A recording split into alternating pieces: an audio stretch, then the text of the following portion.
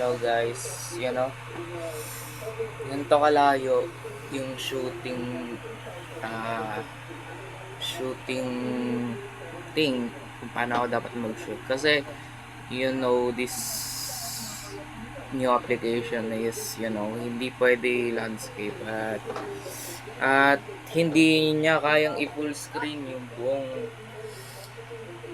hindi kanya kayang ilagay ng buo sa sa frame pag hindi ka lalayo. Kailangan mo talagang ilayo ng konti yung camera para medyo naninibago ako kasi complex yung camera nito. Dito yung timer live na umandar yan. Dito yung color, live na dynamic ng color. Dito yung audio, parang gumagalaw-galaw na audio yan. And then mga shutter, ISO, TIMT. Para siyang live stream application.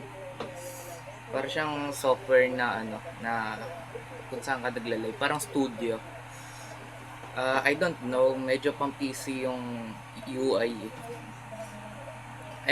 Ito yung ginagamit. Ang pangalan niyang application ay Blackmagic. Blackmagic Camera. Camera siya.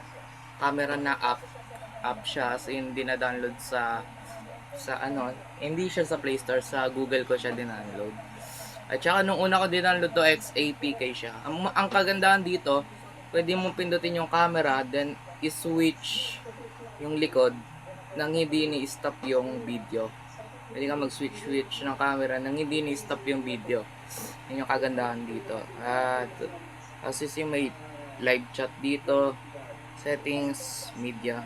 Parang pang streaming ata tong panggawa ata siya ng movie or something through using phone. At ito yung setup niya. Maliit lang yung screen at nasa gitna siya, nasa center. Pag ito ay portrait. Pag naka-portrait ka, kailangan naka-portrait ka para yung video ay landscape. You know what I mean? Hindi mo literal na ila-landscape to. Kasi pag ni-landscape mo tapos in-upload mo sa YouTube, pag pinanood mo sa YouTube, naka-landscape yung video mo. Kaya ganito talaga yung angle ng dapat pag-shoot ng video. Naka-portrait pero landscape siya, nakaset siya sa landscape.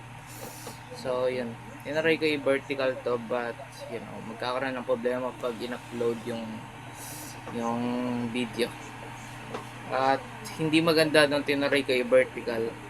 Kasi long explanation, medyo complex kasi itong sensitive tong setup na to. So, ang kagandahan lang at benepisyo nito sa akin ay pwede ako mag-adjust ng back at front ng camera nang hindi pinapatay yung stream, yung video na live na nagka-capture ng recording. So, yan. At ang kagandahan dito, nakikita ko yung volume master dito sa gilid. At yung real-time dynamics nito. At saka LUT. LUT color grading. May color grading siya. Itong color ko na to, vibrant siya dahil gumagamit to ng LUT color grading.